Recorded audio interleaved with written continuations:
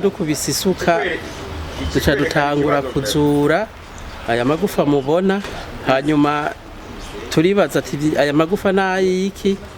Tugize gutya duca dusanga harimwo aka nako nibijigo vy'umuntu n'amenyo y'imbere.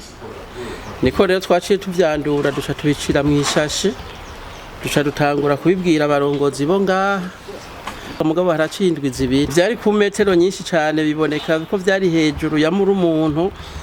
Ntituzi ko yishwe, ntituzi ingorane yagize, ariko yarafukishije umusenyi. Nta mpuzu twamusanganye, twasanze amaguru yitunye. Aya magufa uko mubona ameze, yari ameze gutya, yari nk'umuntu bafashe baboha amaguru bayazana mu mugongo.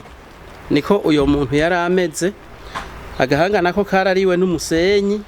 Oya nta bindi bisigarira turabona aho turiko turakora.